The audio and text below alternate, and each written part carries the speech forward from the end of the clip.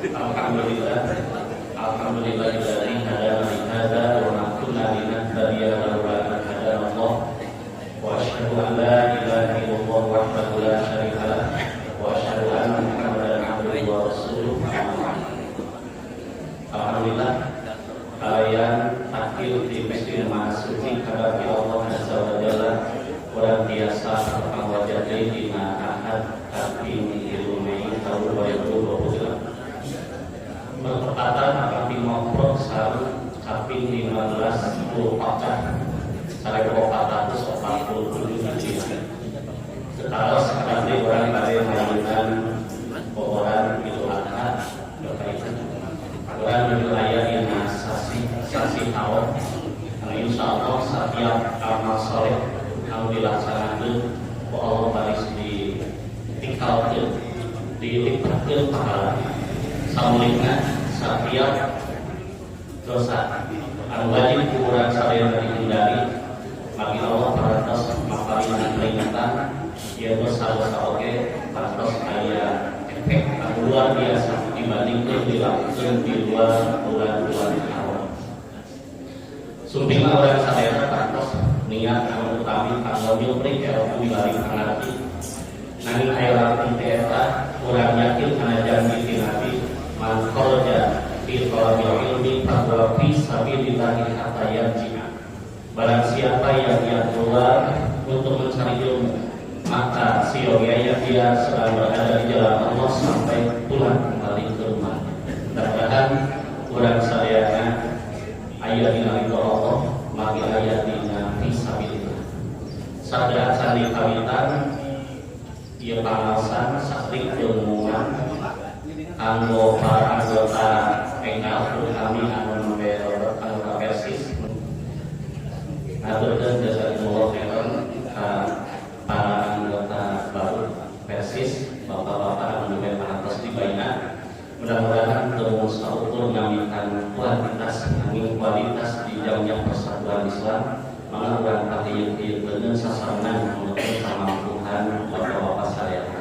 Sepados dengan kaulani kenal atas kumagi Al-Ustaz parantos hadir di tadi oge Bapak Ibu Al-Ustaz Dr. Latif Al-Albin MA andina manupikeun salah sawios anggota Dewan Islam PP Persatuan Islam Divisi Muamalah. Insyaallah dina ending-ending ayeuna bade ngadugikeun tausiah-tausiah mudah-mudahan diantar manfaat hikmah kanggo urang sadaya. Sumangga waktu sareng tempat di haturangan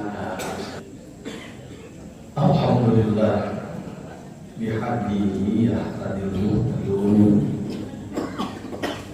wa bi ni'amihi yaskur sakirun wa bi sabilihi yujahidul mujahidun.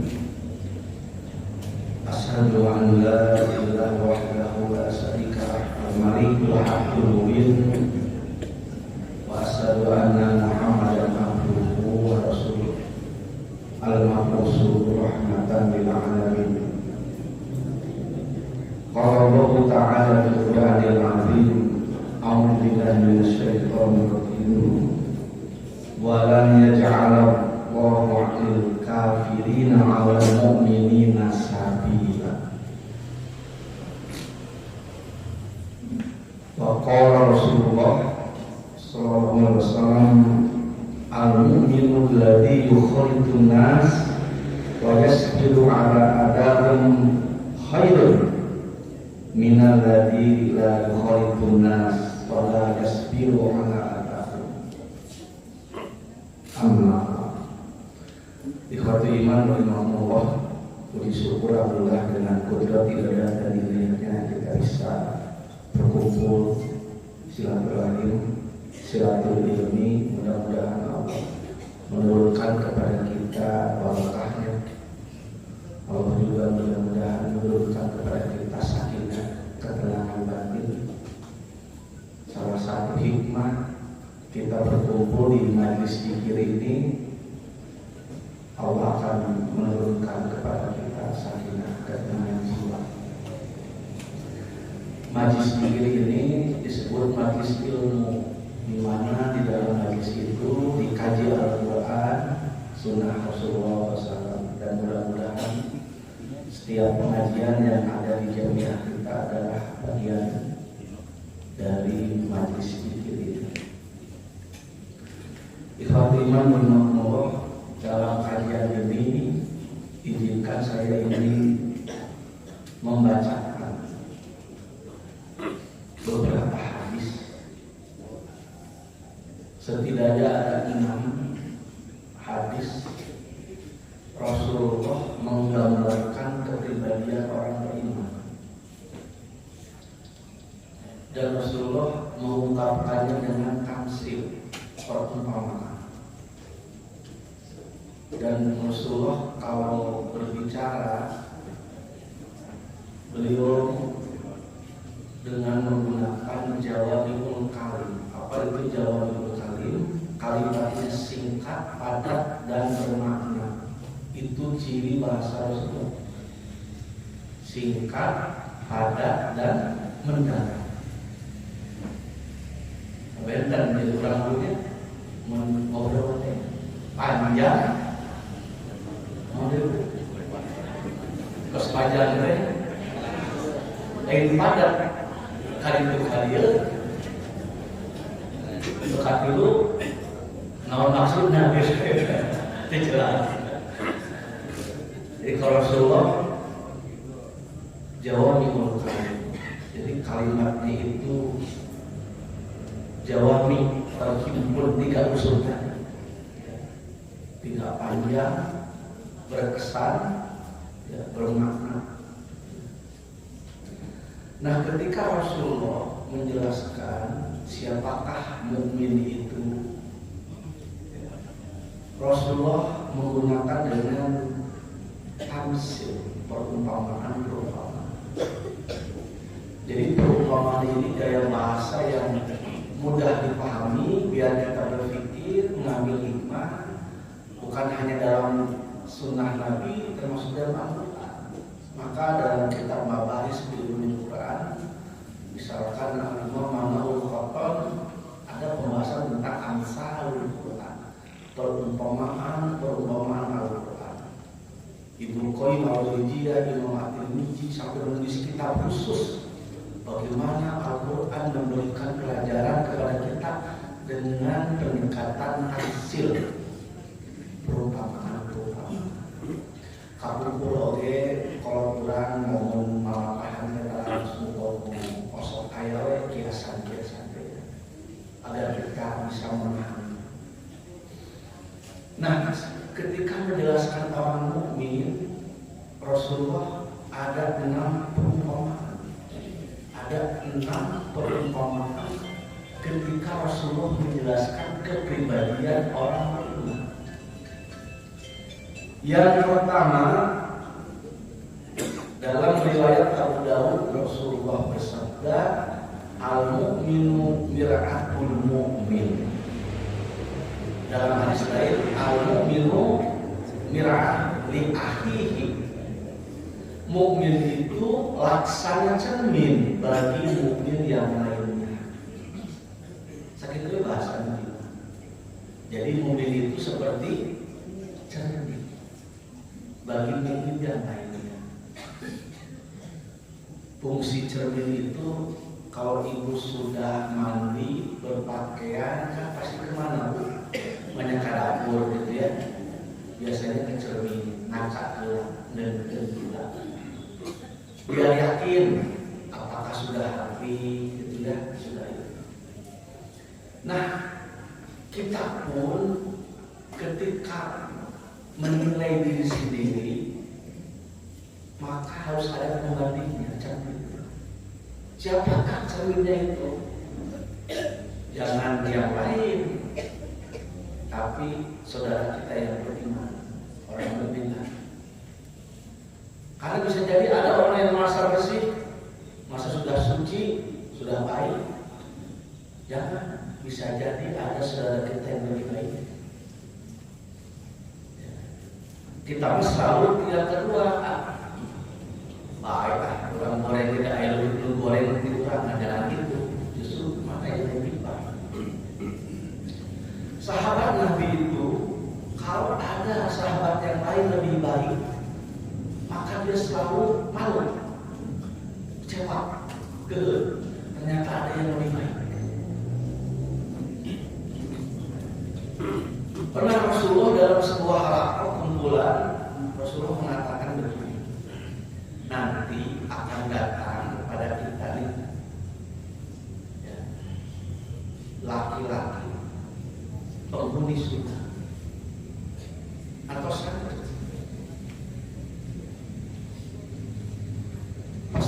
Rasulullah mengatakan seperti itu, ada seorang laki-laki yang pakai sendal biasa, ya, yang wajahnya itu masih bersih, kelihatan dari air wudhunya. Para sahabat tengok, oh ini penghuni surga. Pertemuan yang kedua, hari berikutnya Rasulullah mengatakan, nanti ada lagi seorang laki-laki penghuni surga.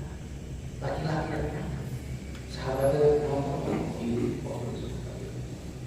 Sampai Rasulullah menyebutkannya 3 kali. Nah, akhirnya ada sahabat yang penasaran.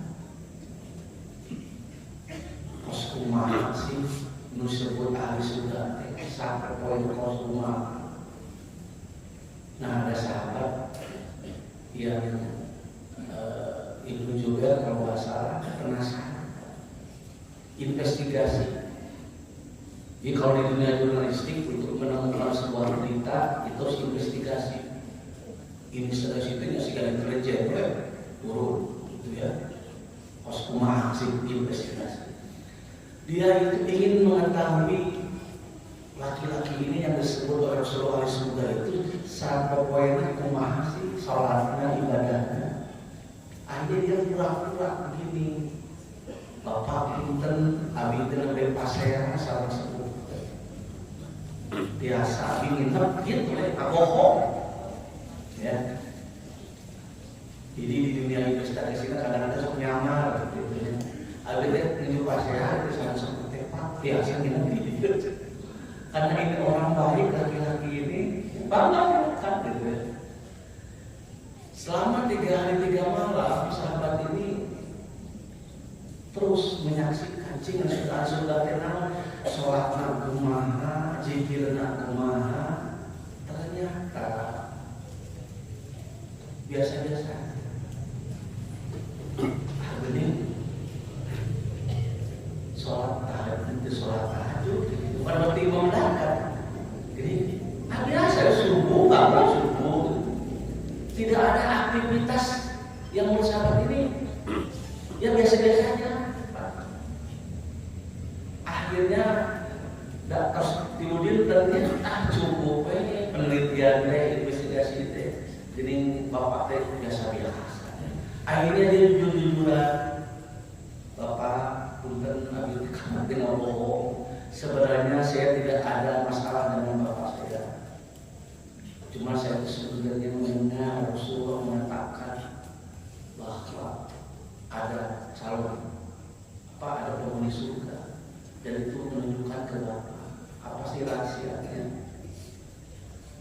Kata laki-laki ini, ya rasanya ada yang istimewa. Kamu juga kan menyaksikan 3 hari 3 malam apa yang saya lakukan. Jadi ini agak kecewa sahabat ini, gitu ya. Sekiranya ada amalan apa gitu ya. Tapi akhirnya mengatakan cuma begini. Tapi saya ini ya, selama saya hidup ini tidak pernah ada rasa dengki dan dendam. Itu saja. Jadi orang bisa mengatakan ke surga sederhana. Apa? Bersih hati.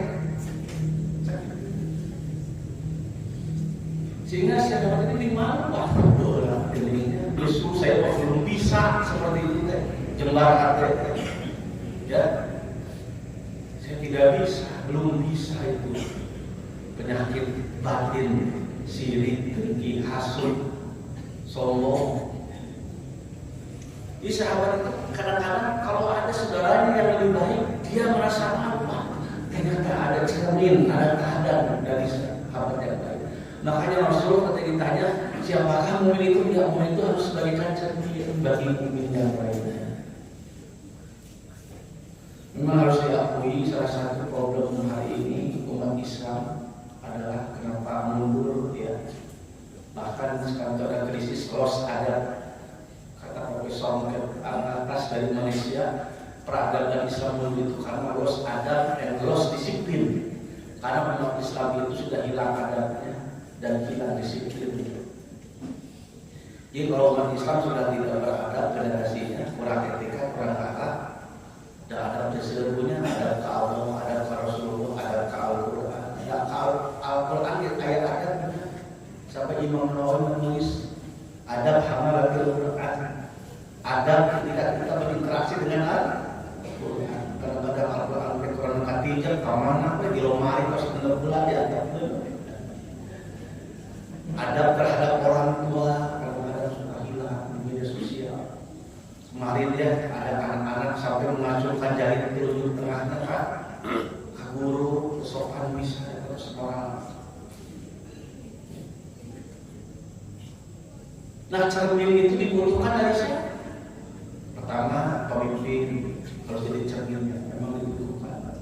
Air ragat mau nggak salah bukan pemimpin. Ketika pemimpin nyontohan itu dan jangan nyontohan. Karena Rasulullah menggambarkan masyarakat itu menggambarkan pemimpinnya. Sebaliknya pemimpin itu tergantung masyarakat. Kalau masyarakatnya preman, pemimpinnya preman. Kalau masyarakatnya sore, pemimpinnya sore. Salah. Maka harus jadikan cermin. Pernah sahabat Tolhah penasaran kenapa Umar bin Khattab sebagai Amirul Mukminin presiden suka berkunjung kepada seorang nenek yang sudah sebatang kara. Penasaran, dia Umar teh naon gitu. Akhirnya dia kepo. Pagi-pagi datang ke rumah si nenek itu, "Nek, saya boleh tanya ada apa? Kenapa itu Amirul Mukminin suka berkunjung ke sini?" Kata nenek itu, Umar bin Khattab itu suka menghibur saya, memperhatikan saya. Harus Tolhah merasa gegel karena dirinya tidak apa. Umar bin Khattab itu Amirul Mukminin, presiden, tapi sempat saja memperhatikan orang lain, sempat saja silaturahim. Padahal dia itu Amirul Mukminin, masih saja memperhatikan seorang nenek yang sebatang kara. Ayo kan sah gitu kadang-kadang sok harus ini yang jadi cermin aja kalau itu merasa subhanallah. Umar bin Khattab seorang alim yang sangat sibuk saja masih menyempatkan untuk membantu memperhatikan orang lain. Nah, Rasulullah seperti itu. Ketika mendefinisikan cukup dengan misal, mukmin itu sejatinya harus seperti cermin. Makanya dalam ilmu sosial ada teori sosiologi yang disebut dengan mirror teori, teori cermin. Seorang individu hidup di masyarakat itu tergantung cerminan dia, pantulan dia kepada orang lain. Itu kan teori masyarakat, teori bergaul. Kalau dia mudah senyum, ramah ke orang lain, maka masyarakat itu akan memantulkan ramah ke dia. Itu teori. Makanya tabassum kata Rasul, senyumlah. Bagian daripada iman, ya, dengan ramah senyum itu. Orang Cina mah pagawean udah betul mali pake, punten dia ke SD dia itu. Tahu jadinya orang Cina mah ningali penampilan, penampilan menarik orang. Gitu ya. Kenapa? Karena tadi teori cermin. Kalau kita cerminnya baik ke orang lain, maka pantulan orang lain akan baik. Sebaliknya kalau cermin yang kita buruk kepada orang lain, maka orang lain akan membantu buruk kepada kita. Ya, menurut orang satu cetik main kepet, ayo ngepet pasti kan. Siapa kita kan ayo balasan. Tapi kalau kita membantu orang lain, napas dalam bahasa hadis. Barang siapa yang memberi napas, menolong, memperhatikan orang yang sedang butuh, Allah akan tolong dia. Bukan hanya di akhirat, di dunia. Itu teori cermin, Pak. Pantulan. Ketika kita baik kepada orang lain, maka orang lain akan baik kepada kita. Tapi kalau kita tidak ramah, arogan pada orang lain, pantulannya seperti itu. Bisa jadi Bapak karena pejabat, para misalkan karena tinggal pejabat, ketika Bapak pensiun, kan banyak sekarang sindrom. Karena sudah pensiun, rumah gagah sebagai direktur, rektor, ketua, bos. Setelah pensiun, jadi karena takut dengan jabatannya, bukan melahirkan sikap simpati.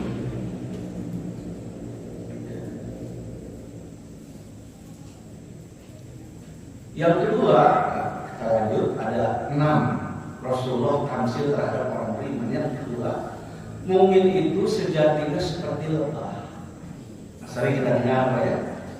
Dalam hadis riwayat Imam Ahmad an Abdullah bin Amr radhiyallahu anhu qala Rasulullah sallallahu alaihi wasallam walladzi nafsi Muhammadin biyadi inna mahtal mu'min la kamatsal nahra akal thayyiban wa waqa'at thayyiban wa waqa'at lam taksir wa lam yusib.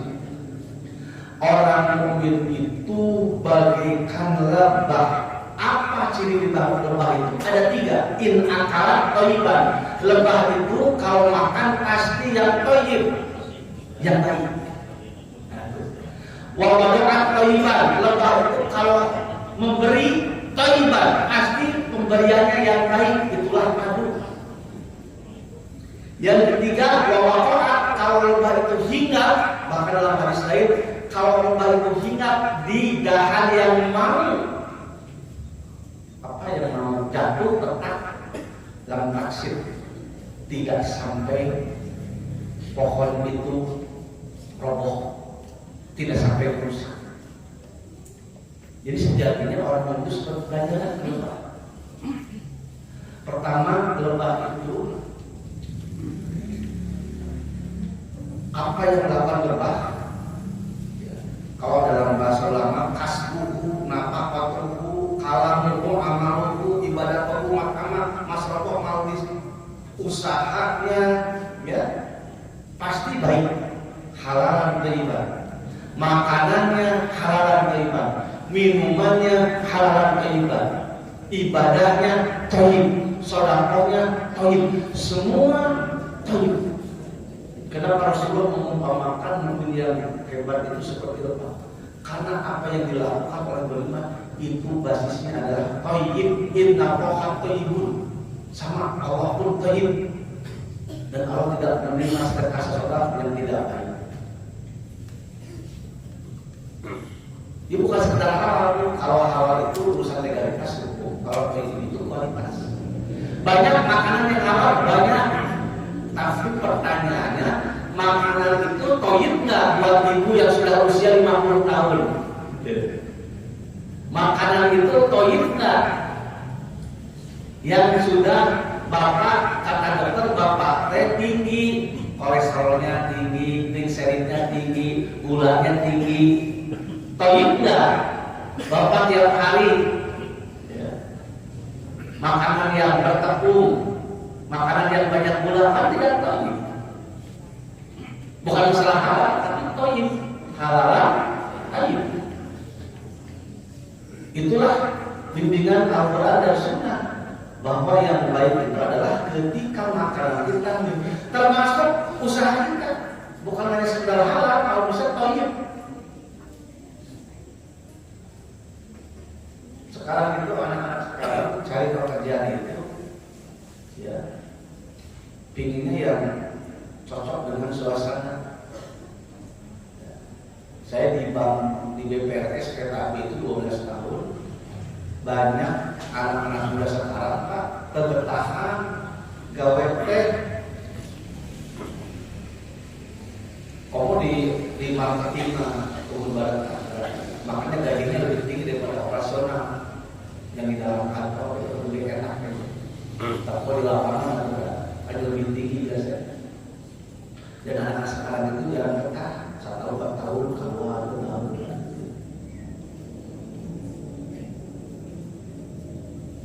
Kenapa? Ya karena sudah beda suasana di sini. Tapi ketika krisis ekonomi sulit, saya yakin ya. Tapi tetap prinsipnya halal saja dulu. Setelah halal, toibnya buat kita. Makanya dalam ilmu ekonomi Islam ada 3 rukun ekonomi keluarga dan Islam. 3 pondasi. Pondasi yang pertama al-kasbul halal. Yang namanya ekonomi rumah tangga itu dibangun dari usaha yang halal. Anak ibu tiap bulan masih duit banyak, wah ternyata usahanya jadi game online. Itu tidak akan terlibat, tidak akan berkah. Makanya yang tidak, hal yang tidak begitu berdampak kepada tubuh, berdampak pada tubuh. Para ulama menyimpulkan barang siapa yang usahanya dari yang haram, yang subhat, tidak akan berdampak kepada apa? Pertama kepada tubuh. Tubuh kita malas ibadah. Jadi kalau kita sering makan dari minum dan usaha yang subhat dan haram, karena awake malas untuk ibadahnya. Yang kedua berdampak kepada anak cucu keturunan. Sampai begitu kesimpulan. Maka fondasi yang pertama dalam rumah tangga itu al-kasbul halal. Terutama para suami usahakan ketika dia mencari pekerjaan kehidupan yang benar-benar halal. Bahkan itulah lebah. Dan lebah itu ketika membeli, karena makanannya baik, ketika membeli pun bukan yang jelek, tapi yang toib, itulah madu. Makanya tidak disebut sedekah kalau sedekahnya itu dari harta yang haram atau subhat, itu tak sedekah. Jangan sedekah infak bahkan itu harus yang halal. Kalau tidak halal tidak bernilai. Cuma itu fatwa ulama bagaimana kalau ada orang Islam hartanya itu harta haram atau subhat, maka teori maslahat mafsadatnya adalah lebih baik disalurkan kepada sesuatu yang sifatnya tabaru, kebajikan, jangan dimakan. Dulu orang-orang Arab sebelum punya bank syariah, orang Arab nyimpen uang di mana? Di Eropa, di Amerika, di Swiss. Pasti ada bunganya. Ada bunganya. Nah, bunganya itu karena sudah dipatwakan bunga bank itu riba, maka mereka bertanya kepada para ulama, ini dana deposito yang ada bunganya, hukumnya apa ya? Subhat, setidaknya nggak boleh. Atau bagaimana? Jangan dibiarkan kalau diberikan uangnya enak. Orang-orang kafir uangnya diambil lalu disedekahkan. Nah akhirnya tapi ke Indonesia dana-dana di masjid, di Kuwait, di Saudi. Karena itu tadi memanfaatkan dana haram, jangan keluar, manfaatkan, tapi tidak bernilai sedekah. Tapi itu bentuk pertobatan dari harta haram. Mani laundry syariah dan tinggal umumnya duitnya duit politik banyak separangas itu jangan dimakan, sedekahkan. Kalau diberikan itu bisa dipakai. Saya sudah ketahuan ini milik negara, kembalikan dana. Nah, yang namanya lebah itu ketika membeli itu yang baik. Kita pun kalau masih orang lain jangan yang jelek, harus yang baik, yang terbaik.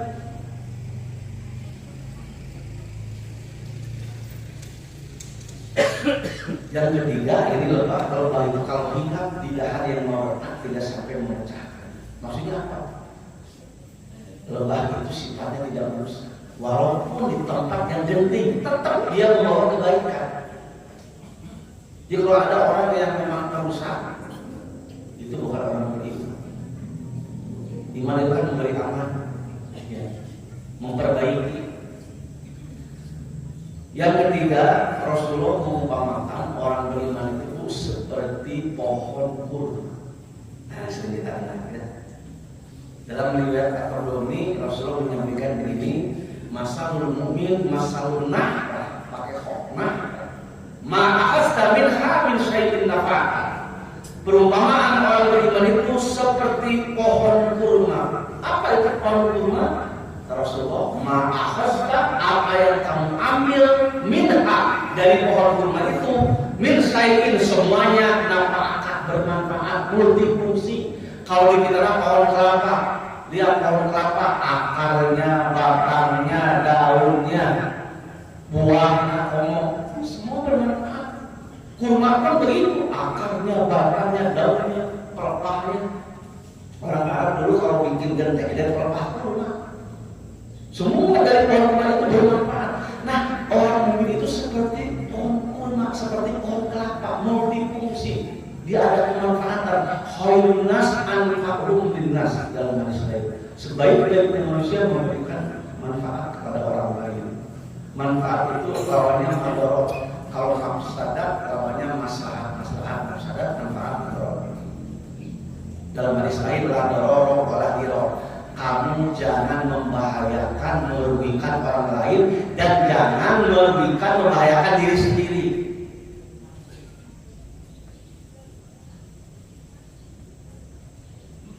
Kenapa seperti pohon kurma? Pohon kurma itu diteliti. Pohon kurma itu hidupnya 70 tahun seperti umur manusia.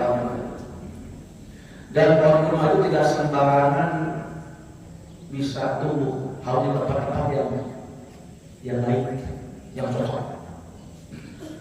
Dan pohon kurma ini tidak merusak. Jadi kalau ada tanaman lain, tidak mengganggu, tidak merusak. Tahan anting, musim dingin, musim panas. Kepribadian orang beriman seperti pohon kurma. Dia tahan anting, kokoh. Kurma itu ada 3 sifat: tangguh, kuat, yakin, dan bermanfaat. Tangguh, kuat, yakin, dan bermanfaat. Itu ciri pohon kurma. Orang mukmin itu harus kuat. Al-mu'minul qawi khairun wa ahabuna mu'minid dhaif.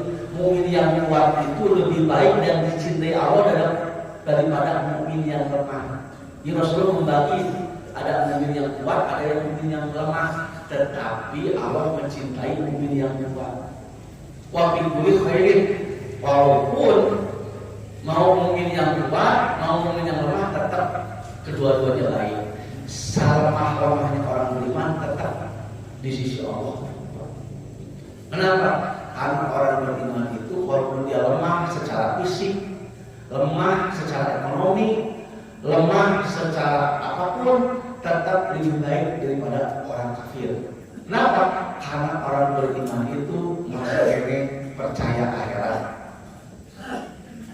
Orang kafir sepintar-pintarnya, orang kafir sehebat-hebatnya, orang kafir mereka berpikirnya pendek. Apa? Hidup hanya di dunia saja. Tapi kalau orang beriman tidak, dia berpikir apa yang kita tanam hari ini akan ada balasannya di akhirat. Sampai Rasulullah mengumpamakan dunia sirjun dan kafir. Dunia itu sebenarnya penjara bagi orang beriman dan surga bagi orang kafir. Lihat Bu, ke Bali cobain piknik ke Bali. Bali peta orang-orang non-muslim. Ini asal hebat gitu nanti. Di pantai dulu, pernah dulu menuju acara salam Prof Dada, kemudian aja seminar Bali Demokrasi Forum. Ya, amangnya di Legian, ya, di pantai, diajak basis Bali, jadi ayo jalan-jalan. Aduh, pas ninggalin ini, segera bule jadi Ustaz boleh itu namun ya enak dulu. Barel basbu, pakai CD jemputan ada urusan ke sopan. Kenapa? Karena bagi dia dunia surga Pak bebas. Tapi kalau kita nggak bisa, nah kita mah banyak batas-batas, bebas. Tiap kalau malam itu ada klubnya, klub orang Jerman, klub orang Belanda, bebas ya. Pasti jangan kalau beri minum gitu. Kita kan jangan seperti itu. tidak sebebas mereka.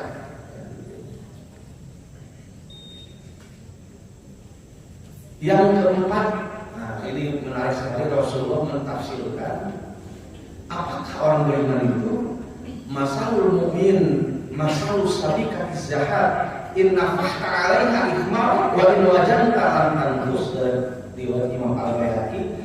Perumpamaan orang beriman itu seperti sebongkah emas.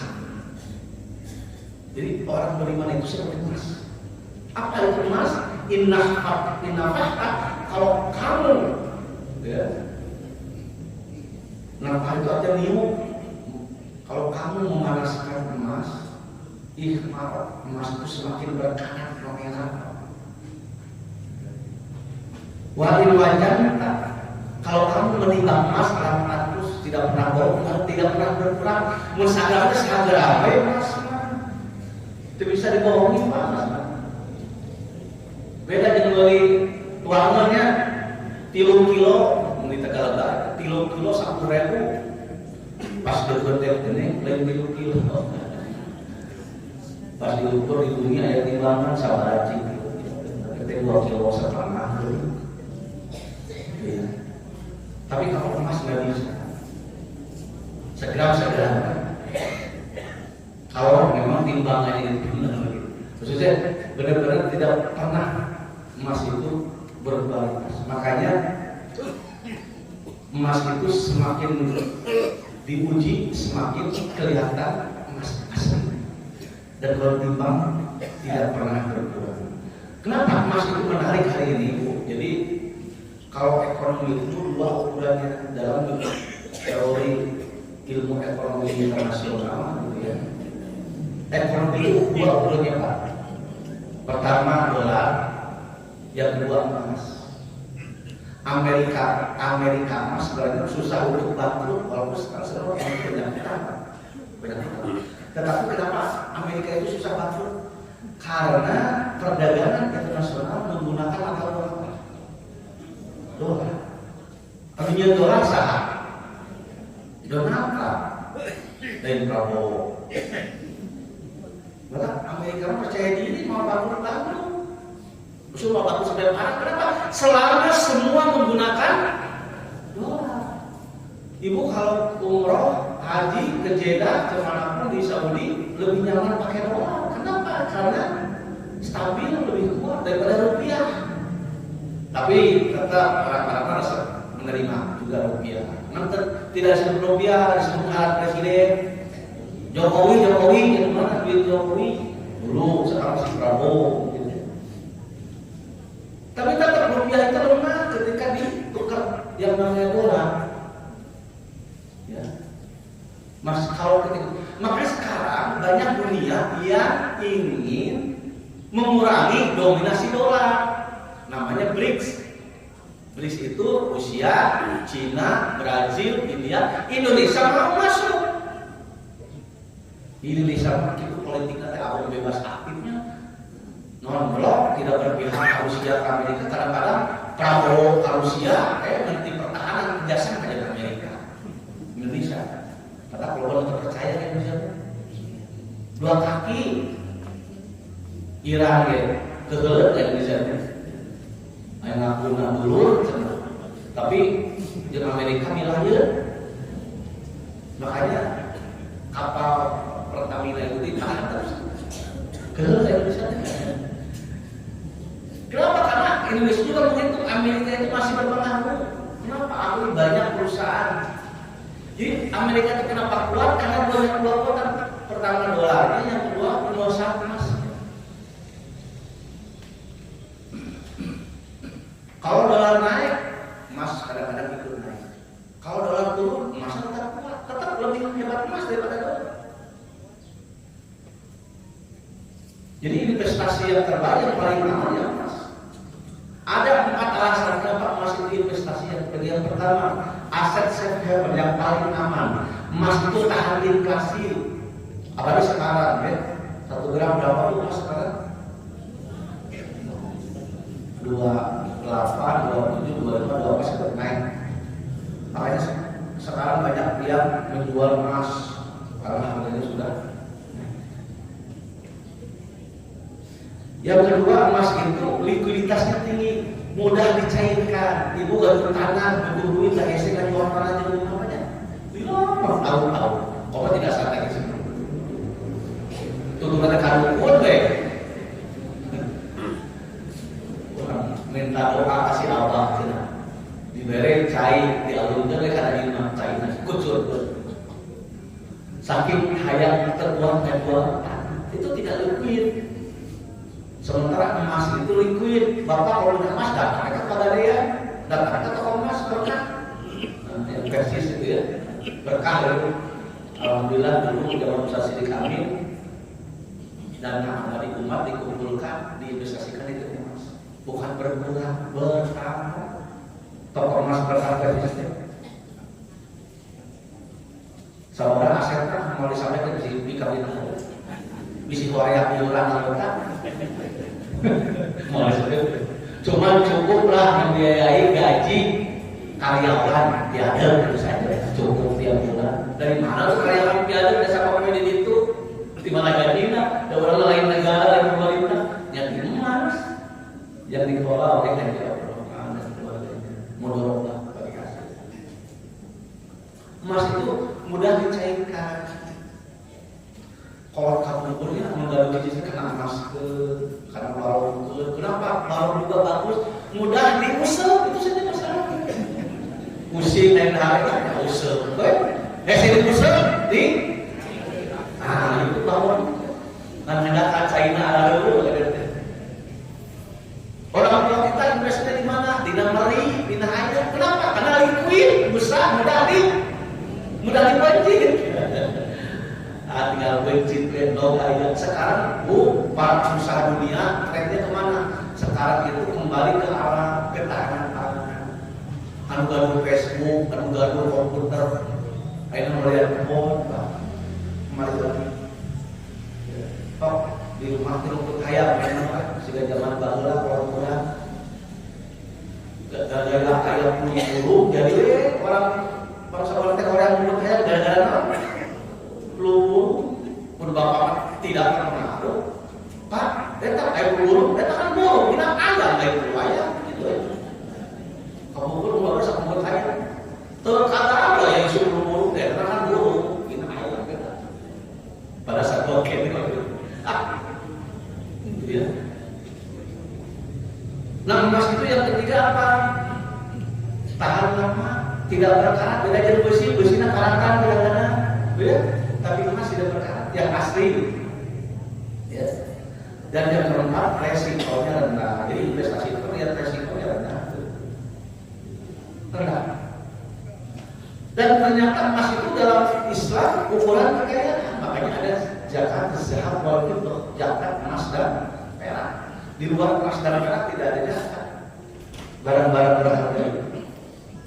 Sampai Al-Quran mengungkapkan waladina yaknizuna zahaba wal fiddah wa la yunfiquna fi sabilillah fabashshirhum bi'adzabin alim. Barang siapa yang suka ngumpul-ngumpul emas dan perak tapi tidak dikeluarkan zakatnya, kabarkan oleh Nabi Muhammad, ajab itu sangat pedih. Nah, ibu emas yang dianggap harus dikeluarkan zakatnya. Alhamdulillah sekali emas yang dianggap ya. Kalau emas simpanan investasi 90 gram keluarkan 2,5% setiap setahun.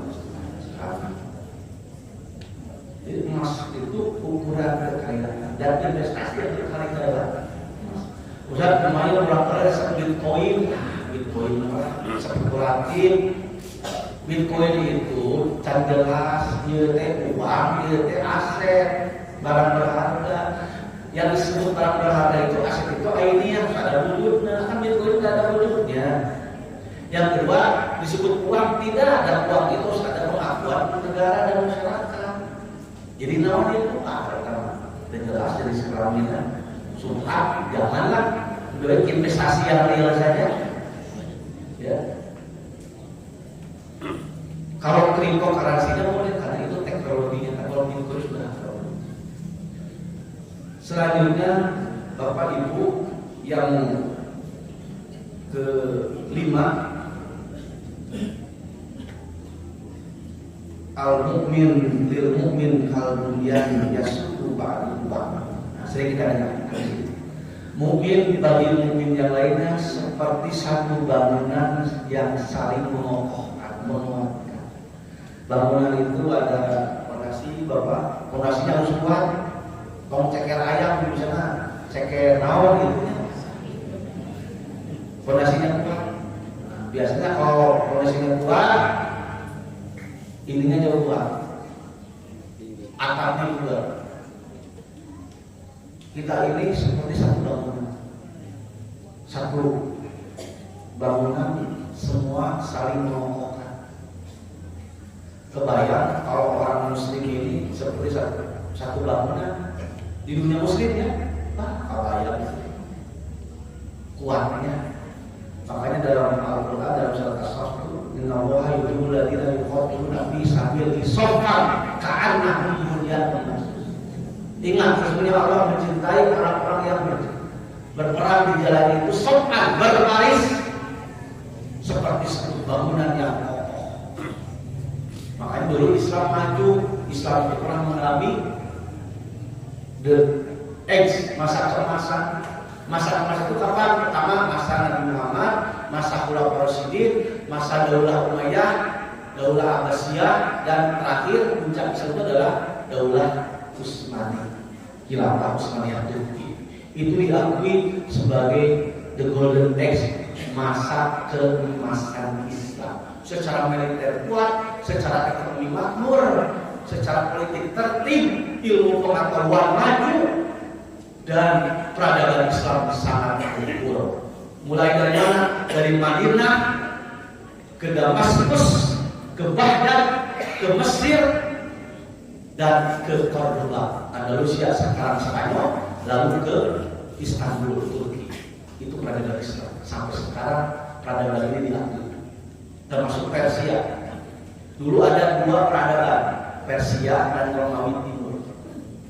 Umat Islam dukungan politiknya kemana? Ke Romawi Timur, karena sama, yaitu ahlul kitab. Tetap Al-Quran mengkritik Trinitas, tetapi spiritnya ahlul kitab itu sama dengan kita sebagai agama tauhid asal mulanya. Sementara kafir Quraisy pendukung mana? Pendukung Persia. Jadi yang namanya pendukung politik itu ada dulu. Sahabat Nabi lebih condong dukungan politiknya ke Romawi Timur, ahlul kitab. Buktinya apa? Yang dekat dengan orang Islam adalah orang Kristen, Pak. Ketika Rasulullah hijrah sebelum ke Madinah, Rasulullah dengan sahabat hijrah dulu kemana? Ke Habasyi. Habasyi itu negara apa? Negara Nasoro, rajanya Nasoro. Tapi masuk Islam, cuman dia luput. Apa buktinya Raja Habasyi itu masuk Islam? Ketika dia meninggal, Rasulullah sholat gaib. Pertama kali sholat gaib, Rasulullah mensolatkan Raja Habasyi.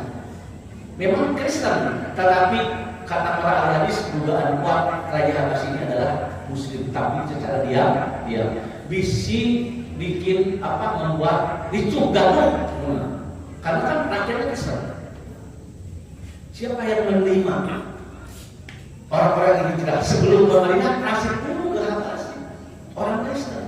Makanya ketika ada permusuhan itu dulu, ada musuh abadi yaitu Romawi Timur dan Persia. Persia penyembah bintang, api, cocok dengan orang kafir Quraisy. Sampai Abu Bakar pernah taruhan judi sebelum dilarang judi secara mutlak. Rasulullah masih kalah dalam surat Al-Nur. Memang Romawi itu kalah, tetapi tunggu beberapa tahun lagi Romawi akan menang. Akhirnya Abu Bakar semangat, percaya apa yang disampaikan itu benar, bertaruh dengan tokoh Quraisy. Akan perang antara Persia dengan Romawi, menang mana? Taruhan, Pak. Apa taruhannya? Dalam kitab Ibnu Katsir sampai Abu Bakar taruhan itu 100 onta. Taruhan gampang nanti. Melakukannya cuma 5.000 7.000 di pos ronda. Tidak 100 onta.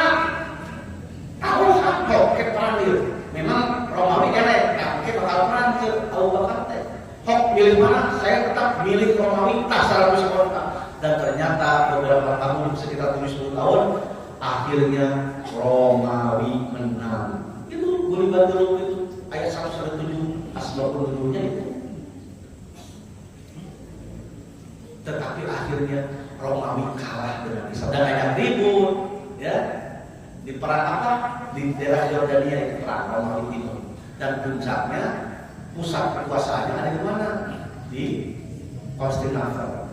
Sekarang Istanbul. Muhammad Al-Fatih yang merebut ibu kota Romawi. Persia pun itu ditaklukkan di masa Umar bin Khattab. Maka para manusia mah keueur kalau di kota Persia karena ngarebut Irak di Babi Umar puncaknya. Persia teh gagal super power. Romawi tapi dua-duanya kalah dengan orang Arab, orang Muslim. Kenapa? Tadi kekuatannya adalah mereka seperti emas. Yang kedua, sopan. Orang Muslim itu, mukmin itu sopan ketika perang berbaris. Sanajan 300 itu 1000 amal mereka itu 1000. Kambing di antin kalidatin, golabat di akan kecil. Lihat, kelompok yang kecil bisa mengalahkan kelompok yang besar. Dan yang keenam, Rasulullah mengumpamakan masalul mukminin, perumpamaan orang-orang beriman itu fi tawadihim wa tarawihim wa ta'atufihim masalul jasad idza staqamil wa'un kadar alam sajul jasad bil sahabat.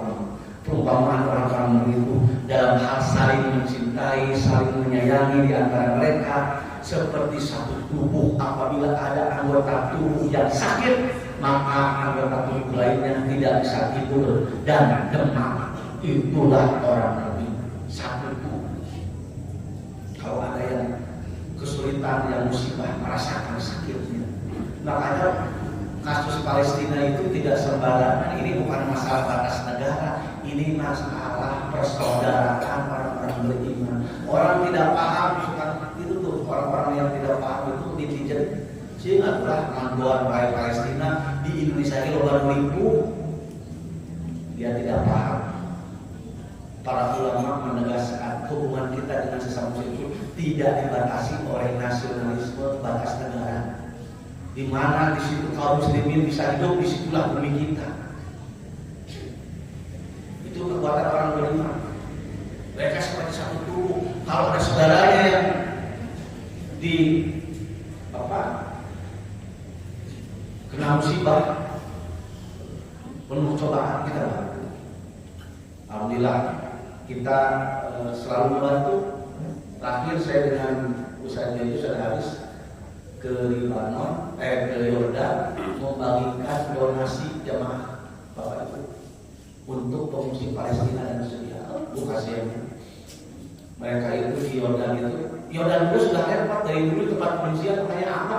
Yordan itu nggak mau perang dengan Israel, pinginnya damai. Kenapa? Karena kalau perang kan tetap yang jadi korban negara perbatasan. Kita soalnya kenalan Yordan teh ayat terkesan dengan Iran. Ibu harus tahu geopolitik Timur Tengah. Orang sekarang lagi mengganggu Iran, ya Iran keren. Dan memang bangsa tukang perang zaman dulu Persia. Tetapi kalau kita mau jujur, Iran itu juga melakukan kegaduhan di Timur Tengah. Di Syria mendukung presiden Syiah. Di Yaman teh presidennya Sunni Ahlus Sunnah wal Jamaah diganggu Syiah itu kan proksinya Iran. Di Libanon itu Kristen Islam itu ada Sunni dan Syiah damai. Saya perjanjian presidennya kudu di Sunni, perdana menterinya kudu Kristen gitu ya. Ayah Hizbullah proksinya Syiah bisa kaganggu sampai ribut kan. Orang pinginnya kan perang baik, Malaysia kita tuh yang akrab. Padahal negara-negara itu pingin kondusif. Kenapa? Yang membela Palestina itu mohon maaf Arab. Dulu Irak itu CS-na Amerika, Saudi namanya. Nu paling dekat dengan Amerika Iran. Pada era apa? Raja Pahlavi itu boneka Amerika. Akhirnya di demo ulama dan mahasiswa, ulama anak Ayatullah Khomeini, tim mahasiswa dari kaum intelektual Ali Syariati gabung Ali Syariati dengan Khomeini, terjadilah revolusi Iran, menurunkan siapa?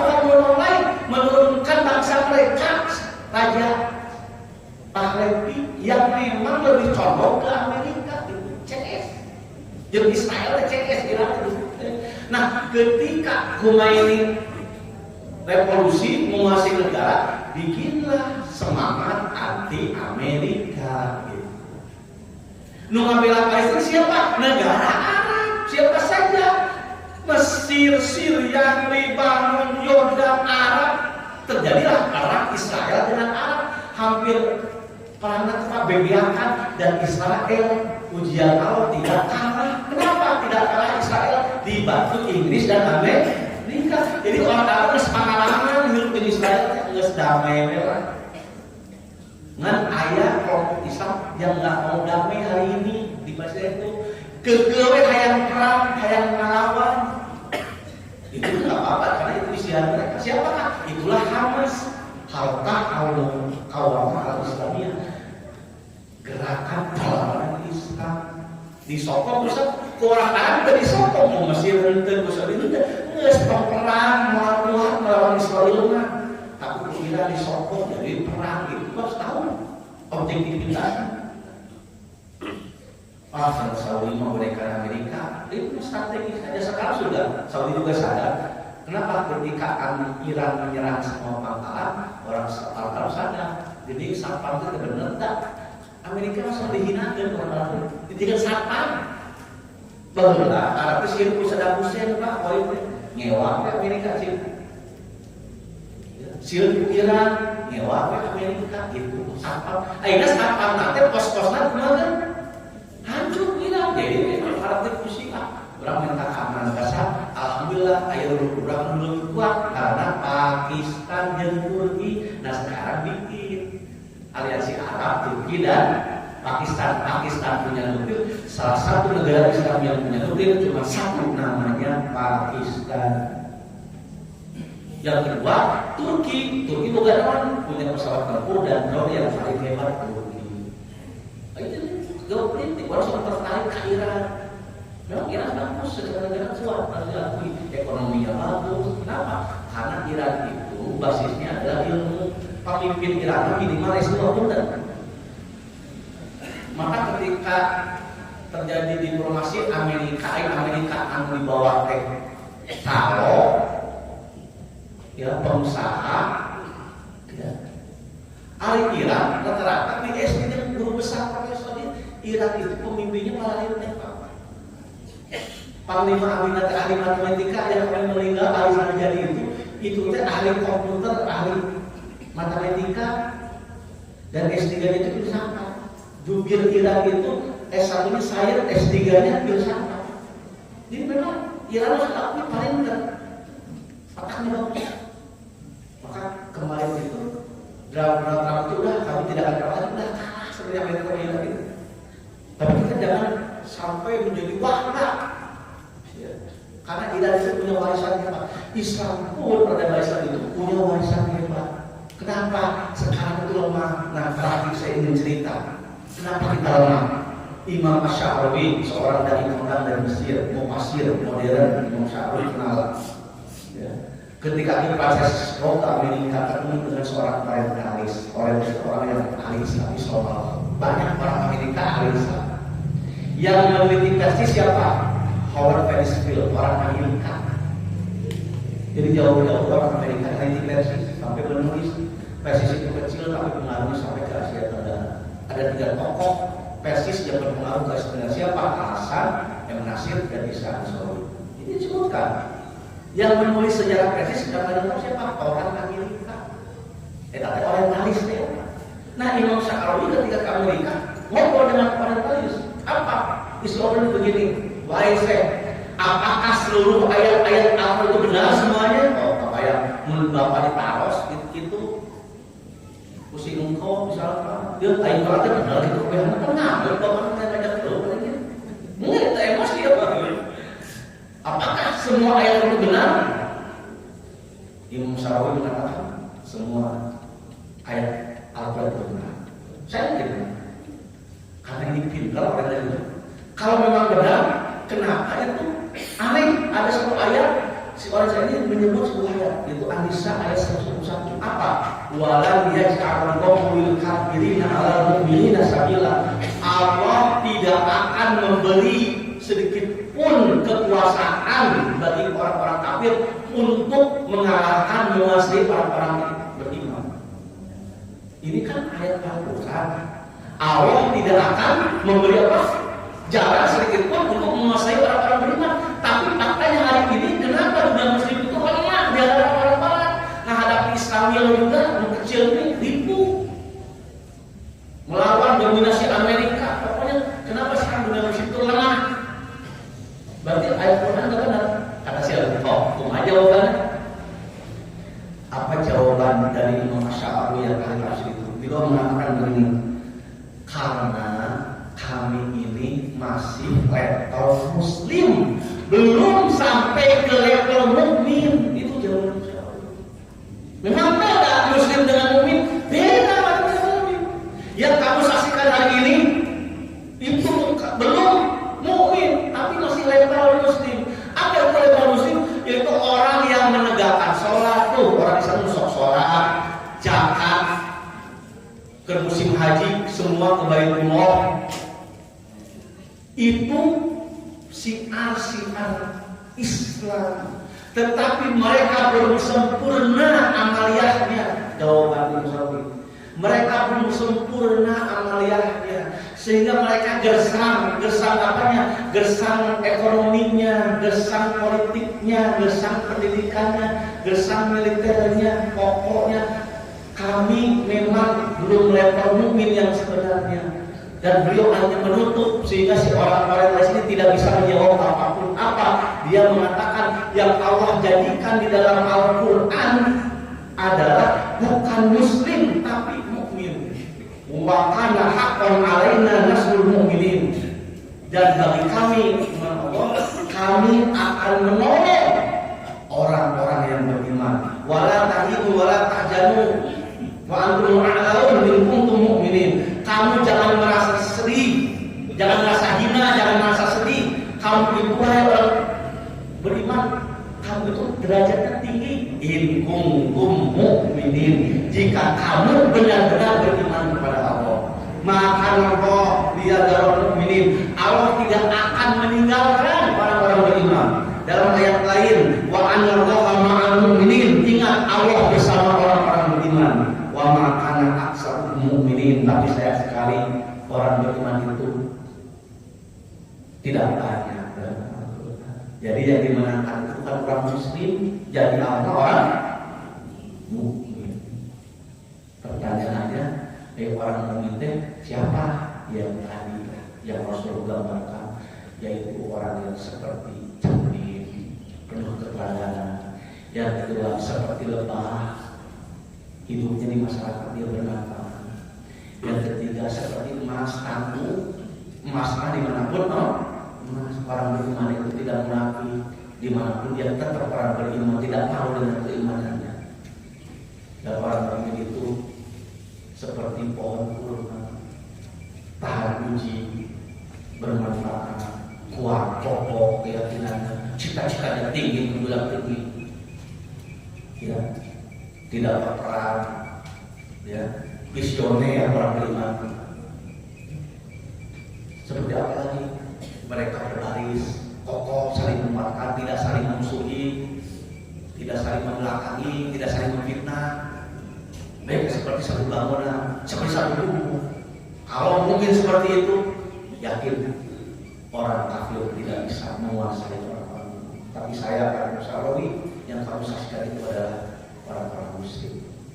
Nah, mudah-mudahan kita termasuk orang-orang yang tadi ya, idealnya di dalam Rasulullah. Dan yang terakhir ada hadis Imam Tirmidzi, bagus sekali ini. Al-mu'minul ladzi yukhalidun nas. Orang mukmin yang bergaul dengan manusia. Jadi dia ada dua tipe orang mukmin. Orang mukmin yang suka bergaul. Jadi bergaul saya bu. Tapi ayat ujungnya bergaul manusia teh. Al-mu'minul ladzi yukhalidun nas. Orang mukmin yang suka bergaul dengan manusia. Wa yasbiru dan sabar. Nah, ini sabarnya harus dipaitan gaul dan sabar. Gaul di masyarakat tidak eksklusif, dia terbuka gaul dan dia sabar ala agama atas cacian gangguan TPSPR. tanggung. Khairun itu orang mukmin yang lebih baik minal ladzi la yukhalifun nas, daripada orang beriman yang la yukhalifun nas, tidak bergaul dengan masyarakat, wala yasbir ala adabu, dan tidak sabar. Jadi nusaina orang mukmin teh lain kabulung Pak ujlah, memang ujlah teh terapi bagus ujlah teh, kamu kondisinya memang masyarakat susah sadayana. Tapi sebaik-baiknya mukmin yang hebat itu, kata Said Hawa dalam kitab Fajr Mengurusnya, justru sufi yang baik itu bukan di gunung, wiridan, sarayun, seorang enjoy banget. Tapi mukmin yang hebat itu dia terjun ke masyarakat, tetapi tidak bisa diwarnai karena dia emas, tapi dia bisa mewarnai dan dia tangguh sabar dengan gangguan ujian itu. Nah, itu jadi siapa yang suka anak-anak kita yang bagus pergaulannya, tapi dia orang yang bagus, dia tangguh mental, itu lebih keren daripada orang yang di kamar wae, daripada orang yang nyepi di gunung munggah sorangan deh. Justru Rasulullah memuji orang mukmin yang gaul, dan gaul itu tangguh sabar dengan segala ujian dan tantangannya. Mudah-mudahan pergaulan terutama pemimpin, kan sekarang seorang meninggal pusat berartinya pemimpin terus gaul itu makan tengah dan udah nah udah kata-kata mau berpolitik tadi atau akhir. Mudah-mudahan pemimpin kita yang sudah ke tengah ini bergaul ini, yang berpolitik ini, mudah-mudahan bisa merubah. Dan berubah dari politik dulu teorinya, perubahan masyarakat dengan politik, dengan kebijakan politik. Dari kebijakan politik ke kebijakan ekonomi, Pak.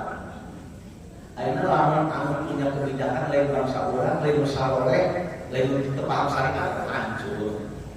Makanya saya lebih senang ada beberapa istri berpolitik, saya lebih senang. Tapi berpolitiknya benar, kok kalau arus, tapi berpolitiknya memberikan kemaslahatan, merubah masyarakat. Oh, silakan gaul masyarakat, tapi biar kuat sabar dan bisa berubah. Harus seperti pohon kurma memberi kemanfaatan, seperti emas dimanapun tidak rusak. Nah itu, ya ini pendidikan Rasulullah, tarbiyah rohani kepada kita. Ternyata jadi berat jadi orang mukmin itu. Kata Ibnu Salamah, orang Islam sudah berat, tinggal Idul Fitri, sudah Idul Fitri, Idul Adha sudah, anu kahadi sudah, ambil dikatakan satu orang saking kudu nungguan saja. Tetapi yang benar-benar mukmin yang hak, mukmin yang tadi itu jalan. Dan Allah menjadikan mukmin seperti itu pasti ditolong oleh Allah. Orang kafir tidak bisa mengalahkan. Itu masalah buat kita semua. Mudah-mudahan Allah memberikan hidayah kepada kita, bahkan kepada kita supaya menjadi orang mukmin yang hak. Rabbana dzlamna anfusana wa in lam taghfir lana wa hasanah wa fil akhirati hasanah wa qina adzabannar. Aku qouli hadza wa astaghfirullah li wa lakum. Assalamualaikum warahmatullahi wabarakatuh.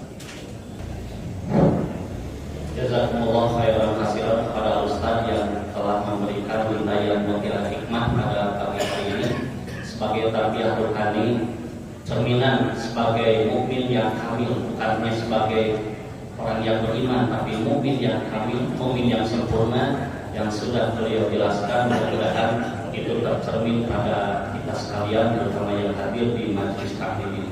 Saat ditutup ayat 2 pengumuman pengawasan di wilayah Jamiah Persatuan Islam engkau santan di Jamaah Al-Iman Nurul Bicul. Insyaallah waktu pada asar amasan ku Al-Ustaz Haji Kurniawan Nurdin nu kadua pada maghrib insyaallah tertutup ketua PCPC sorean Al-Ustaz Didin Saifuddin MAG. Anu aya waktu semangat di haturanan di waktu. Alhamdulillah para lain saya acara dikali tiga akhir simpul mungkin mengatur turun dari keluarga iman sadayana anu pantas hadir mangga pitu jeung beraktivitas mugia urang sadayana aya dina limunan Allah Subhanahu wa taala. Wassalamualaikum warahmatullahi wabarakatuh.